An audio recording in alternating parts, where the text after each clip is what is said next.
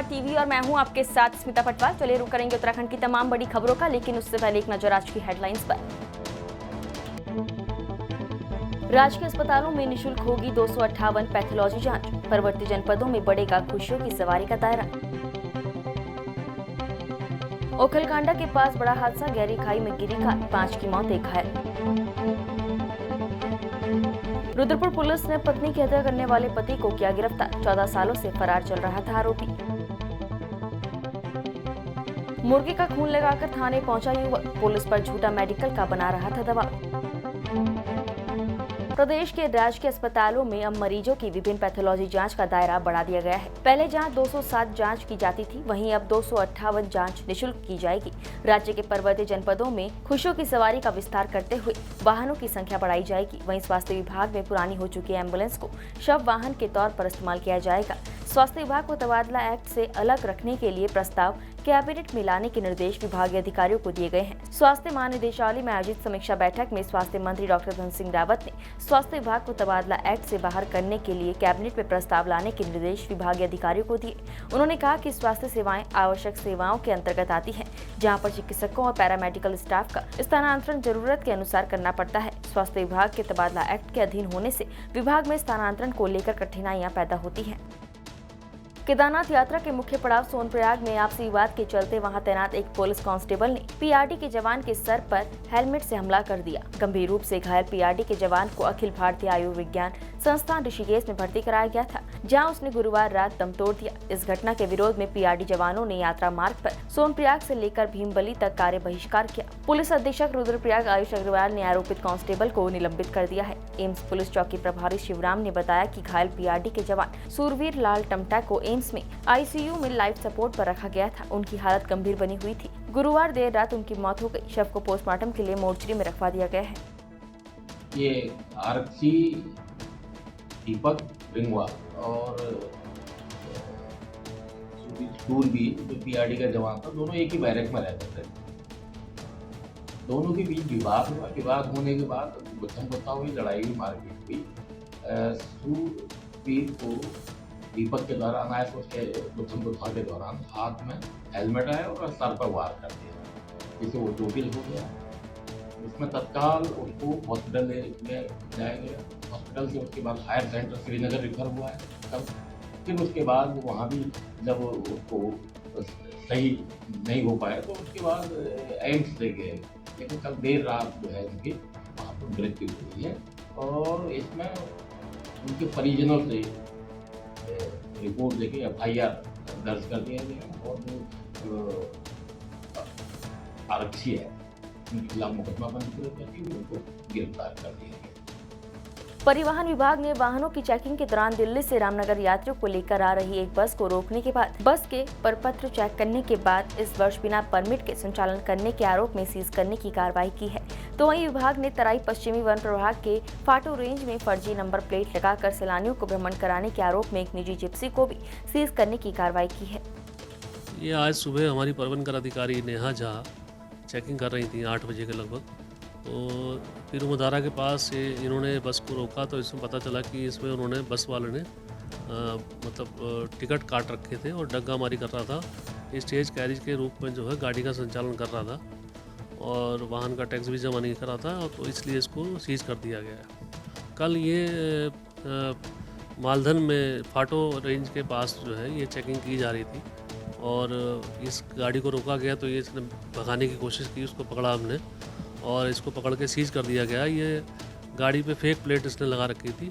इसके संबंध में आवश्यक कार्रवाई हम लोग कर रहे हैं और इसको सीज कर दिया गया। सरोवर नगर नैनीताल में जिला सूचना अधिकारी कार्यालय का एक कारनामा सामने आया है। आपको बता दें कि उत्तराखंड के राज्यपाल लेफ्टिनेंट जनरल गुरमीत सिंह इन दिनों पर्वतीय क्षेत्रों में आए हुए हैं, जहां जिला सूचना अधिकारी कार्यालय नैनीताल की एक मनमानी देखने को मिली है। महामहिम राज्यपाल ने सरोवर नगर नैनीताल और उसके आसपास के पत्रकारों को टीम में आमंत्रित किया था, पर सूचना विभाग नैनीताल के अतिरिक्त सूचना अधिकारी ने कुछ ही पत्रकारों को मोबाइल से सूचना देकर पल्ला झाड़ लिया। जब कई पत्रकारों को इसकी जानकारी एक दूसरे से मिली तो कई सम्मानित पत्रकारों को मोबाइल से कोई सूचना नहीं मिली, जिससे पत्रकारों में सूचना विभाग कार्यालय के प्रति रोष व्याप्त है। इधर कई वरिष्ठ पत्रकारों को राज्यपाल द्वारा बुलाए जाने की भनक भी नहीं लगी। जबकि अतिरिक्त जिला सूचना अधिकारी के एल टमटा से इस बारे में पूछा गया तो उनका कहना है कि सब पत्रकारों को मोबाइल से सूचना दी गई थी, जबकि कई वरिष्ठ पत्रकारों ने बताया कि सूचना विभाग द्वारा कोई भी जानकारी नहीं मिली है।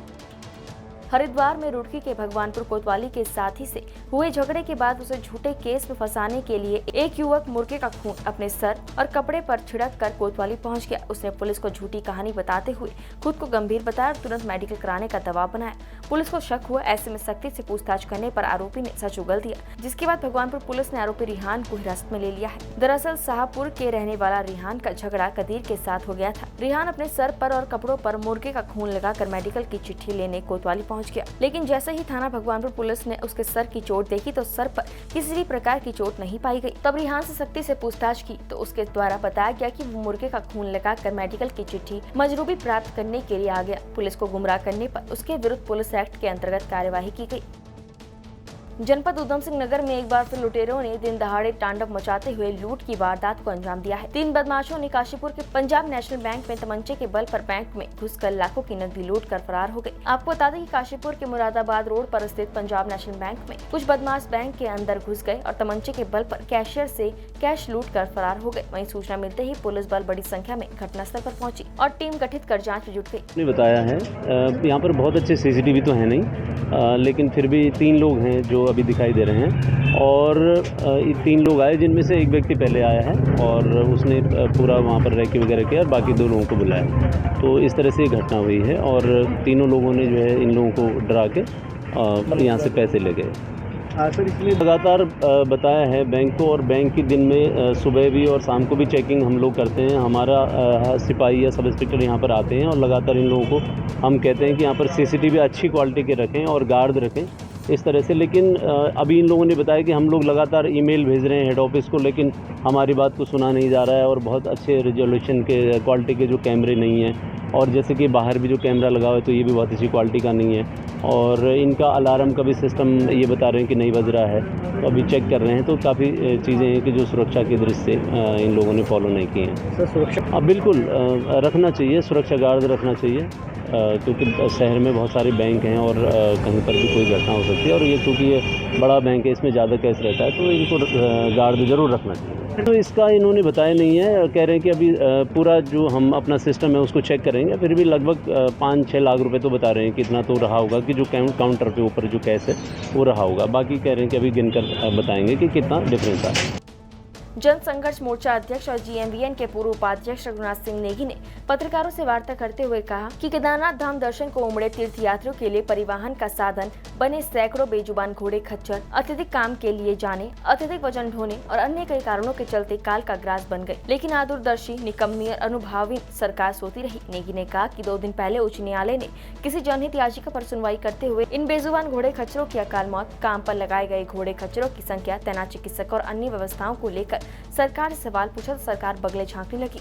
उक्त मामले में न्यायालय द्वारा नोटिस जारी किया गया। उक्त नोटिस जारी होने के बाद सरकार के पास कहने को कुछ भी नहीं बचता, क्योंकि सरकार निर्दयता की सारी हदें पार कर चुकी है। नेगी ने कहा कि जब इन बेजुबान पशुओं को न्याय दिलाने की बात आती है तो सरकार चुप्पी साधे रहती है, लेकिन माफियाओं के हितों को लेकर सरकार हमेशा सजग और चौकन्नी रहती है।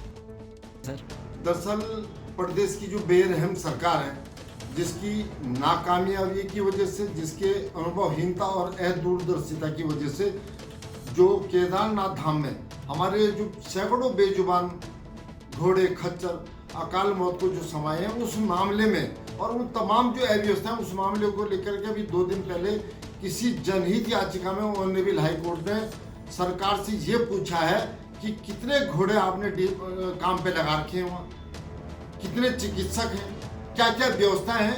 इन तमाम सवालों का जवाब सरकार पे बना नहीं, यानी कि कोई जवाब वो दे नहीं पाए। तो मैं समझता हूँ प्रदेश का इससे बड़ा दुर्भाग्य क्या हो सकता है कि जो बेजुबान हमारे जानवर हैं, जो पशु हैं, अकाल मौत को समा रहे हैं, उन पे 2-2, 3-3 चक्कर लोग जो हैं उनको यात्रियों को लाने ले जाने में लगातार कर रहे हैं, जबकि होना ये चाहिए था कि उसका बाकायदा रजिस्ट्रेशन होना चाहिए और एक जो हमारा चाहे घोड़ा है चाहे खच्चर है, उसको एक चक्कर की ही अनुमति होनी चाहिए, एक टोकन सिस्टम होना चाहिए, या वहाँ पर ऐसी व्यवस्था सरकार करे कि जो अत्यधिक वृद्ध है, निःशक्त जन है और जो बीमार व्यक्ति जो दर्शन करना चाहता है वो उनको एक अनुमति होनी चाहिए। ये एक तरह से ये पर्यटक स्थल नहीं है। लोगों ने जिस तरह से इसको पर्यटक स्थल बना दिया, ये एक तरह से बहुत बड़ा धाम है और पहले बुजुर्ग आदमी उसके जाते थे, एक अपना उनकी एक इच्छा होती थी कि हम अंतिम यात्रा है हमारी, हम उसमें दर्शन करेंगे। लेकिन जिस तरह से सरकार ने एक ये जो अव्यवस्था यहाँ पर कायम की है, तो निश्चित तौर पे ये जो पशुओं की जो हमारे जो अकाल मौत को समाये हैं उनकी तो हाय सरकार को लगेगी ही। और दूसरी बात सबसे बड़ी है, हमें जो पुष्ट सूत्रों ने बताया कि तमाम अन्य प्रदेशों की जो घोड़े खच्चर हैं, कुछ लोग उनको लेकर के आए हैं और उनको कई तरीके से दवाइयाँ खिला करके उनसे ज़्यादा काम लिया जा रहा है, जिससे उनकी मौत हो रही है और वहाँ संक्रमण का भी खतरा है। तो सरकार पे जो ऑनरेबल हाई कोर्ट ने जो चाबुक चलाया है और सरकार जब बगलें झांकने लगी, तो आप समझ सकते हैं सरकार के पास कोई जवाब नहीं। सरकार की व्यवस्थाएं क्या है, सरकार वहाँ क्या देख रही है, सरकार को कुछ पता नहीं। सरकार, हमारा कहना यही है कि अगर इन बेजुबान जो हमारे जानवर हैं, पशु हैं, इनको न्याय देने की बात आती है, सरकार बिल्कुल बगले झाड़ने लगती है। लेकिन सरकार को आज सिर्फ और सिर्फ जो चिंता है वो माफियाओं की चिंता है, उनके हितों की चिंता है। उनके लिए बड़े बड़े वकील पैरवी करने के लिए लाए जाते हैं, तो ये बड़ा दुर्भाग्यपूर्ण है। मस्कुलर डिस्ट्रॉफी से जूझ रही पूर्णिमा नौटियाल ने अपने दिव्यांगता से जूझते हुए इंटरमीडिएट की परीक्षा में 79.4% हासिल किया है। डिसेबल हेल्पलाइन फाउंडेशन के उपाध्यक्ष और मुन्नी सेवा सदन के संरक्षक अपूर्व नौटियाल ने बताया कि बेटी की इस उपलब्धि पर पूरे परिवार में खुशी की लहर है। उन्होंने कहा कि मस्कुलर डिस्ट्रॉफी के बावजूद उसकी इस उपलब्धि से उन्हें पूरा भरोसा है कि भविष्य में वो एक अच्छा मुकाम हासिल करेगी। नारायण बगड़ विकासखंड में एक व्यक्ति ने पिंडर नदी में छलांग लगा दी, जिससे उसकी मौत हो गई। घटना की जानकारी नदी किनारे काम कर रहे स्थानीय लोगों ने पुलिस प्रशासन को दी। मौके पर पहुंची पुलिस और स्थानीय लोगों ने उक्त व्यक्ति को तहसील के समीप पिंडर नदी से निकाला। थाना अध्यक्ष थराली बृजमोहन राणा ने बताया कि बृहस्पतिवार दोपहर एक व्यक्ति ने पिंडर नदी में छलांग लगा दी, जिसकी नदी में डूबने से मौत हो गई। व्यक्ति की पहचान संजय प्रसाद निवासी पंती गाँव के रूप में हुई है। पुलिस ने शव को कब्जे में लेकर पंचनामा की कार्यवाही करते हुए पोस्टमार्टम के लिए भेज दिया है। रुद्रपुर में पुलिस ने अपनी पत्नी की हत्या कर 14 सालों से फरार चल रहे 25,000 के इनामी आरोपी को गिरफ्तार किया है। पुलिस ने आरोपी को कोर्ट में पेश करने की कार्यवाही की है। पुलिस कार्यालय में एसएसपी ने खुलासा करते हुए बताया कि पीलीभीत के अमरिया थाना क्षेत्र के अमरिया कॉलोनी का रहने वाले उत्तम मंडल के खिलाफ साल 2008 में ट्रांजिट कैंप थाने में अपनी पत्नी की हत्या करने के आरोप में केस दर्ज हुआ था, जिसके बाद से ही आरोपी फरार चल रहा था। एसओजी टीम ने आरोपी को गिरफ्तार किया है। आरोपी ने बताया कि उसने 2002 में सितारगंज के शक्ति फार्म में पहली पत्नी और 2 बेटों की हत्या की थी, जिसके बाद उसने एक महिला से उसके पति का तलाक कराकर शादी की और उसकी हत्या कर दी। यहाँ से भागकर वो दिल्ली चला गया था और वहाँ तीसरी शादी की। पीएचक्यू द्वारा लगातार जो अभियान चल रहा है, जिसमें इनामी अपराधियों के विरुद्ध कार्रवाई करने की बात हो रही है, तो इसलिए हम अपने सीरियसली लेकर हमने स्पेशल टीम्स बना के इनामियों के विरुद्ध अभियान चलाए थे। तो इसी दौरान आज एक बहुत अच्छी सफलता उपलब्ध हुई है, जहाँ पे 25,000 का इनामी जो 2008 में मर्डर में वांटेड था, जिसमें एफआईआर नंबर 232/2008, तो वहाँ पे वांटेड थाना रुद्रपुर के एफआईआर नंबर में वांटेड था मर्डर में। उसके अपराधी को, मतलब आरोपी को, जिसके ऊपर मफरूरी में चार्जशीट लगी थी और स्टैंडिंग वारंट था कोर्ट का, और हमारा इनामी भी था, उसको 14 साल के बाद आज पकड़ में आया गया है। इसकी तस्करा पूछताछ में इसने ये भी कबूला है कि 2002 में इसने अपना पहला पत्नी और 2 बच्चों का भी उसने मौत के घाट उतार दिया है। इसकी तस्करा पूछताछ किया जाएगा और तस्करा पूछताछ के बाद जो है यूपी को भी इसको अवगत कराया जाएगा। तो इस बेहतरीन कार्य के लिए एसआई कमलेश भट्ट जो एसओजी प्रभारी है, उसको police man of the month भी घोषित किया जा रहा है। देहरादून रोड स्थित एक बैंक के अंदर रकम जमा कराने गए व्यापारी के नौकर से शातिर ठगों ने छोटे नोट बदलने का झांसा देकर 34,000 रुपए ठग लिए। सूचना मिलने के बाद पुलिस ने मामले में मुकदमा दर्ज कर 6 शातिर ठगों को जंगलात बैरियर देहरादून रोड के पास से गिरफ्तार कर लिया है।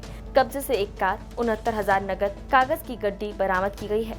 ऋषिकेश कोतवाली पुलिस के मुताबिक बीते रोज व्यापारी अमरीक सिंह की दुकान पर काम करने वाला रोहित राजभर दुकान की सेल की रकम देहरादून रोड स्थित पंजाब नेशनल बैंक में जमा करने पहुंचा।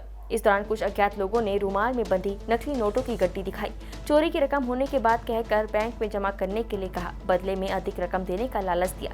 बस यही लालच रोहित के लिए नुकसानदायक साबित हो गया।